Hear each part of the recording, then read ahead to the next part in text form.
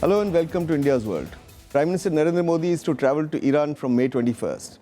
His visit is expected to build on the outcome of recent trips to Iran by Indian External Affairs Minister Sushma Swaraj, Petroleum Minister Dharmendra Pradhan, and Transport, Highways and Shipping Minister Nitin Gadkari. While in Iran, the Indian Prime Minister is also expected to visit Chabahar. India has announced an investment of US $20 billion for the development of the Chabahar port. Prime Minister Modi is also likely to visit Farzad B gas field, a natural gas field in the Persian Gulf, which has been offered to India for development. This will be Prime Minister Modi's first visit to the Islamic Republic of Iran. This is also the first such visit after the nuclear-related sanctions against Iran were lifted and when Iran is poised to open up its economy. To discuss India-Iran ties at such a crucial juncture, we have with us three distinguished experts. We have with us Ambassador Rajiv Sikri, a distinguished diplomat. As Secretary in the Foreign Office, he has overseen India's policy towards the Arab world, Iran and Israel. We also have with us Ambassador Vivek Katju. He knows Iran very well, having handled Iran for the longest period of time in the Foreign Office in recent times. We have with us Professor A.K. Ramakrishnan. He teaches at the Center for West Asian Studies at the School of International Studies, Jawaharlal Nehru University, New Delhi. I welcome you gentlemen to this discussion. Ambassador Sikri, let me begin with you. What is the significance of Prime Minister Modi's visit to Iran in the post-sanctions scenario? Although India enjoyed a pretty stable relationship with Iran, after the sanctions have been lifted, is the relationship poised to take off?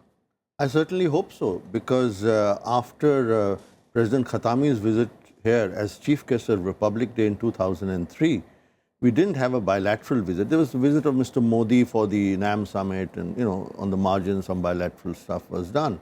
So it's really after 13 years that an Indian Prime Minister is going.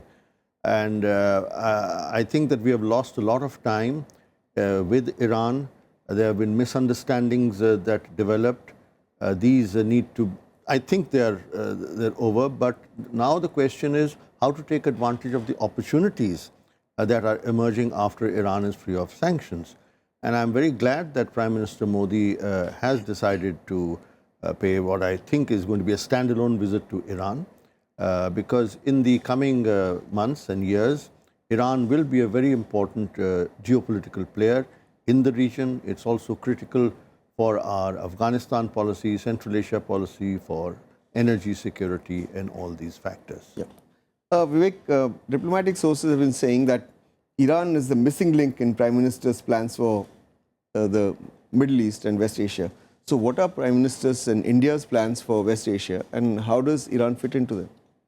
Well, Iran is a very significant regional country, and India has major interests in the region, which comprises of West Asia and North Africa. We have economic interests, we have major strategic interests, and all these demand that the relationship with all the regional powers, including Iran, is nurtured. So therefore, the Prime Minister's visit at this stage, especially after the sanctions have been lifted and Iran is spreading its wings internationally once again, as is very timely. But missing link because of sanctions? We couldn't sort of have a robust relationship, or missing link because he visited all the other important countries and then towards the end now he's going No, I don't Iran. think it's a question of looking at it in a, as the end or something. The Prime Minister and the government of Mr. Modi is engaging with all the regional countries. The President visited Israel. The Prime Minister himself visited Abu Dhabi and Saudi Arabia. And let's not forget that there is a very large Indian diaspora there, which is of crucial interest to us economically and through remittances and others. And now he's going here. And in the meantime, as you yourself have said, a number of Indian ministers have gone there. Okay. Professor Ramakrishnan, did India acquit itself well during the sanctions regime vis-a-vis Iran? Or did we hedge our bets? The lack of enthusiasm in New Delhi during the sanctions regime, India voting against Iran in 2009 and at the International Atomic Energy IAEA in 2009. How will it impact? How will India's behavior impact its relationship with Iran now? Will it be back to normal?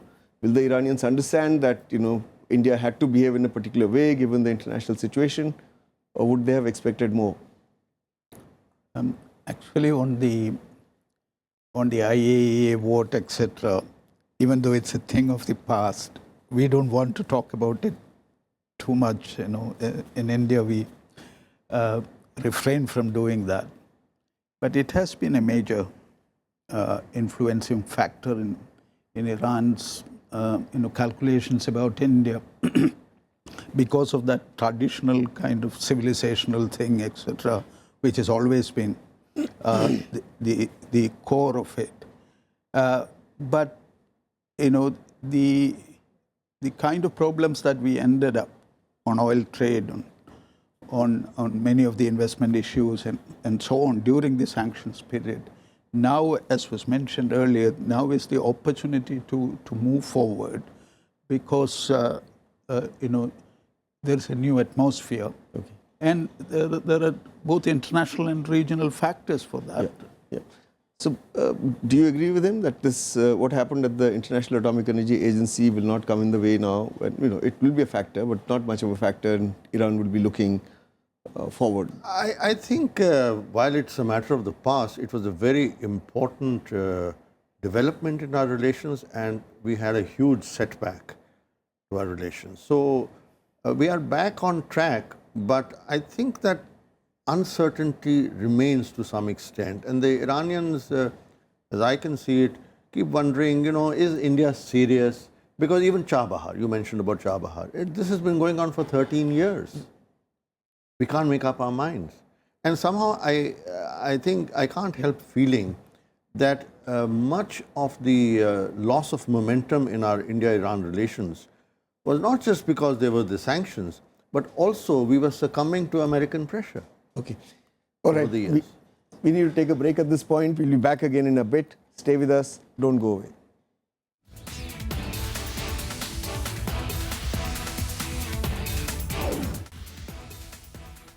Welcome back. We're discussing India-Iran ties on the eve of Indian Prime Minister Narendra Modi's visit to Iran.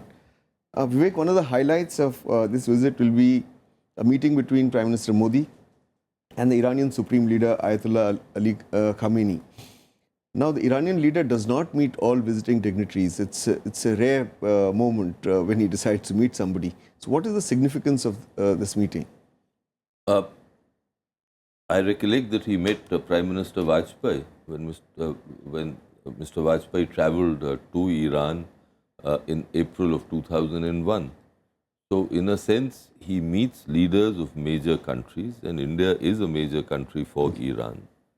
Iran is conscious of India's status as an emerging power, and therefore, I think an Indian Prime Minister would expect nothing less than the Supreme Leader meeting him. So I don't think any favors are being done here, and we should not construe it as a favor. The Iranians, of course, are past masters at projecting these things as favors, but it's quite clear that that meeting will be nothing extraordinary. But let me put one other thing of the past. For me, our actions on the vote at the IAEA were dictated by our interests, and the Iranians should understand that.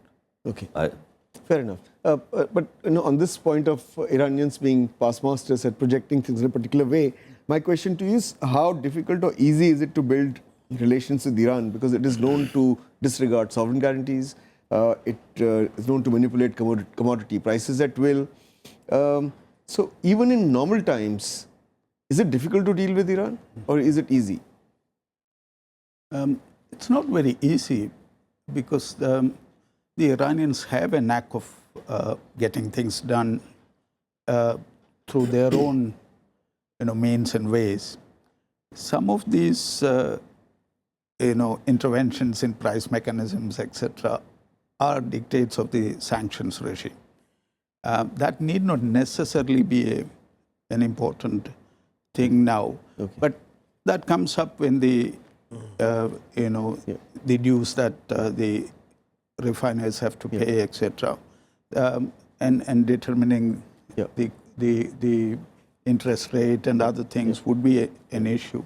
But it's not very easy. they know how to protect their interests. Okay, Vivek, 6 years you dealt with them. You tell me, are the Iranians past masters at diplomacy and protecting and projecting their interests? Are they better than our diplomats? Well, our diplomats have a good reputation, even if it is not meant as self-praise of our diplomatic community, but I think our diplomats have a... But Iranians have a civilizational sense of diplomacy. So do we, actually. Okay. The Iranians have a particular style. And one has to understand that style of diplomacy. And once that is clear, then there's a way of dealing with it. And I dare say we've succeeded in dealing with them all through these years.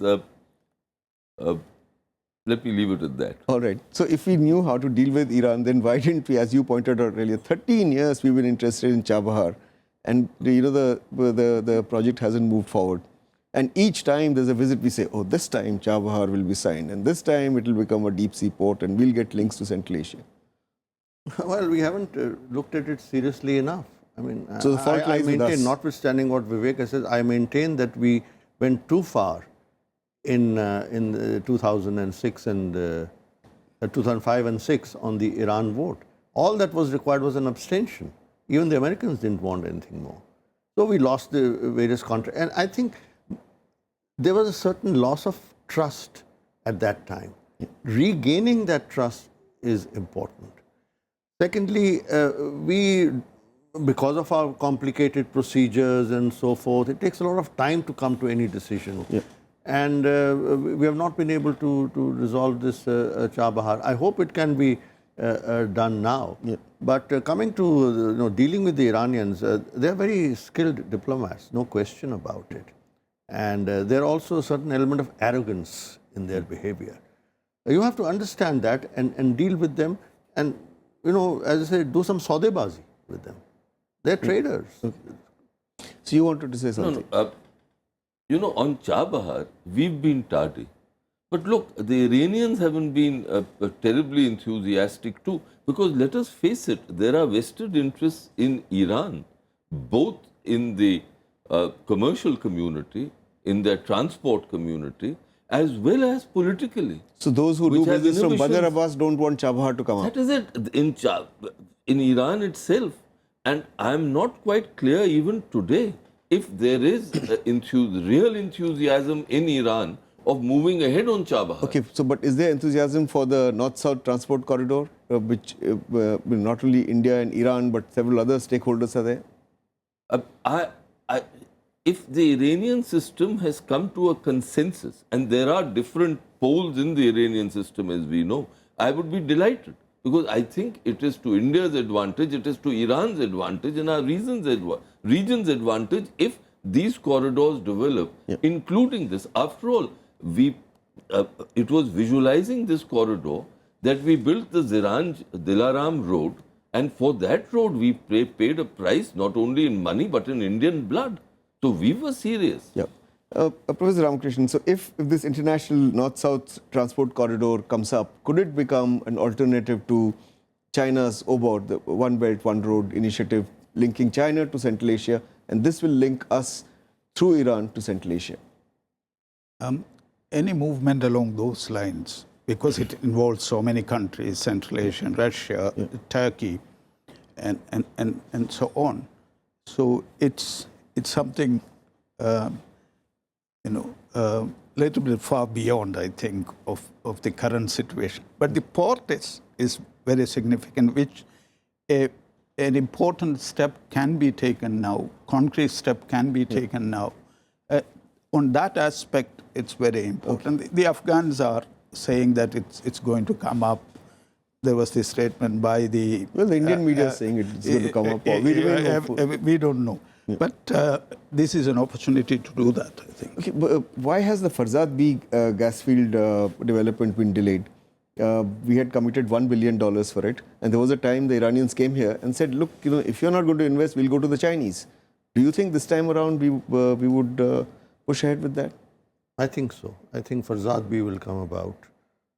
Maybe take a little time to work out the details, but I think they will come about. See, the Iranians also understand that in the long term they need to engage with India. It's in their economic interest. And I think that I would just like to spend half a minute on the geostrategic perspective, that if we are to have any meaningful access or influence in Central Asia and Afghanistan, we have to do it via Iran. And the Chabahar route is something that will create an alternative for Afghanistan to Pakistan. It will reduce the dependence. The North-South corridor gives us access to Russia and so forth. There is also talk of maybe having an undersea pipeline for the transportation of gas. So, you talked about China's OBOR. Now, if China is spreading its tentacles to Pakistan, Afghanistan, Iran, I mean, we can't sort of stand by and say, oh, what to do. You have to have some kind of a plan. And Iran is critical because it is a very large, well-educated, industrially developed country, and I think a stable country. I mean, if I were to look 5-10 years down the line, I certainly see Iran as a country that will be there in a meaningful manner, whereas one cannot say the same for many countries, even the large ones in the Arab world. Absolutely. We need to take a break again at this point. We'll be back again in a bit. Stay with us. Don't go away.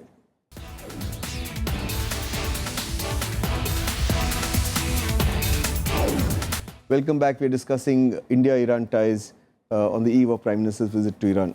Vivek, will the Iran-India gas pipeline remain a pipe dream, or do you think it will become a reality? And if so, what route would it take? Would it take the Chabahar-Oman subsea route, or would it take an overland route? Look, the subsea route was being talked about even when I was serving as Joint Secretary, looking after our relations with Iran, Pakistan and Afghanistan. And I'm talking of the late 90s. At that stage, one of the critical factors was its technological viability. Now, subsequently, obviously advances have been made, but I'm not clear whether the problems that arise from the geology of the ocean floors will be overridden, even though technological advances have taken place. As far as the overland pipeline is concerned, I dare say if we are now confident about TAPI transiting Pakistan, then the same considerations apply for pipelines transiting So you're saying from Iran. If the Turkmenistan, Afghanistan, Pakistan, India pipeline works, Iran pipeline should also work. There are question marks. I don't think either of those overland pipelines. There are question marks. But the logic is the same. Okay, so let me move on to something else, Professor. Now, what role do you see India playing along with Iran in stabilizing West Asia? Because you have 7 million Indian citizens working in that area. There's huge amount of trade between that region and India. It remains a source of large source of remittances to India. And the disturbance in West Asia is already impacting India. 50,000 people lost their jobs in Saudi Arabia recently in the construction business. Now, if this region remains in turmoil, is India ready to take back all these immigrant workers, and what kind of problems it might create? Therefore, my question is that how do you stabilize West Asia along with Iran?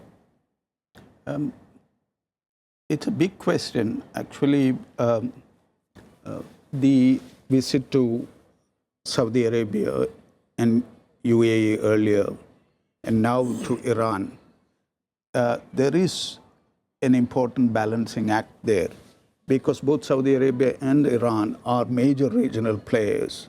They have tremendous influence on a variety of issues in West Asia. And therefore, being in touch with and improving relations with both these parties are extremely significant in protecting the oil interests, the interests of the workers there. But then the problem, some of which are not related to political and diplomatic issues, the price of oil going down, and so on, and people losing jobs, a whole range of them coming back from the Gulf region, etc. That's going to continue in spite of whatever we do. Quickly, Vivek, because I want to move on to something else. I think our capacities to really influence the evolution and course of events in West Asia is limited. Okay. Ambassador Sikri, to what extent is the Iran-India bilateral relationship overshadowed by Saudi Arabia factor?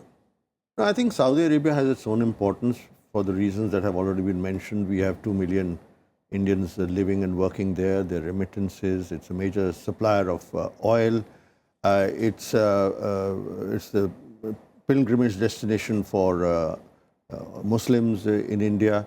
So it will remain important. I think Iran's importance is more in the Eurasian context, not so much, and I agree that it's very, very difficult for us to try and change the situation or get into this Arab-Iran conflict. But when you look at Central Asia, Afghanistan, Iran is critical. So Iran is the bridge for us to the north, to Russia, to Central Asia, to Afghanistan, and of course for the oil factor. We also need that, and I hope that this happens, we also need to create stakes in Iran. Today there are no stakes. So if we invest, as we are proposing, $20 billion in Iran, that will give us huge stakes. Just as the presence of 2 million Indian workers in Saudi Arabia and 7 million in the Gulf has created stakes for us there. We don't have stakes in Iran. And similarly, if Iran is also linked with us in oil supplies and investments, then they have stakes. So creating mutual stakes is an important basis for taking the relationship forward. Yep. Vivek, so this talk of India trying to walk a tightrope between Shias and Sunnis and between Arabs and Persians is just hogwash. It's normal diplomacy that we have to practice. No, I feel that our relations with the West Asian countries, Iran, all of them, including the major West Asian countries, should be bilateral. Yeah. Okay. We have major stakes in them and they have major stakes in us. Fair enough. Without getting involved in the regional politics, etc., it's difficult because they try to pull us. But we should, that is the tightrope, that we will deal with you bilaterally, with each one of you, and each one of you is significant for us. All right. Professor, last question to you. Would you say that Pakistan is a factor in India-Iran relations? Again, on the bilateral question that was mentioned, it is not a very significant factor at all, because we have other kinds of interests there and we have to develop that. The problem has been that our other kinds of international engagements in the past have made our relations with Iran a little bit brittle. So it's precisely looking at Iran with a new kind of eye, with our own interest in taking our own interest in consideration, and developing that kind of a relationship is possible, but that has to be done. Earnest effort has to go in, and this is an opportunity. Since this is a question about Pakistan, I'll come to you. After this so-called Indian spy was arrested, who was apparently operating out of Chabahar, the Iranians behaved in an extremely dignified manner after Pakistani media went berserk, suggesting that Iran had a hand in it. And they said that they didn't want to be drawn into, they suggested that they didn't want to be drawn into the spat between India and Pakistan, and both were extremely important partners for Iran. So, don't you think it was impeccable diplomatic behavior on part of Iran? In fact, they went one step further. If you recollect, this matter was raised during President Rouhani's visit by General Rahil Sharif himself, and the ISPR gave publicity to this fact. And the Iranian president quite clearly rebuffed General Rahil Sharif. So I think they don't want to really get involved in India-Pakistan matters. At this time, they understand the logic of developing relations with India independently of the relationship with Pakistan. But at the end of the day, we've got to be wary. Okay, all right. We've run out of time. I'd like to thank all of you. Professor A.K. Ramakrishnan, Ambassador Vivek Katju, Ambassador Rajiv Sikri, for participating in this discussion. We could have gone on, but we have limitations of time. That's all we have for you today. We'll be back again next week as usual. Till then, goodbye, and thanks for watching India's World.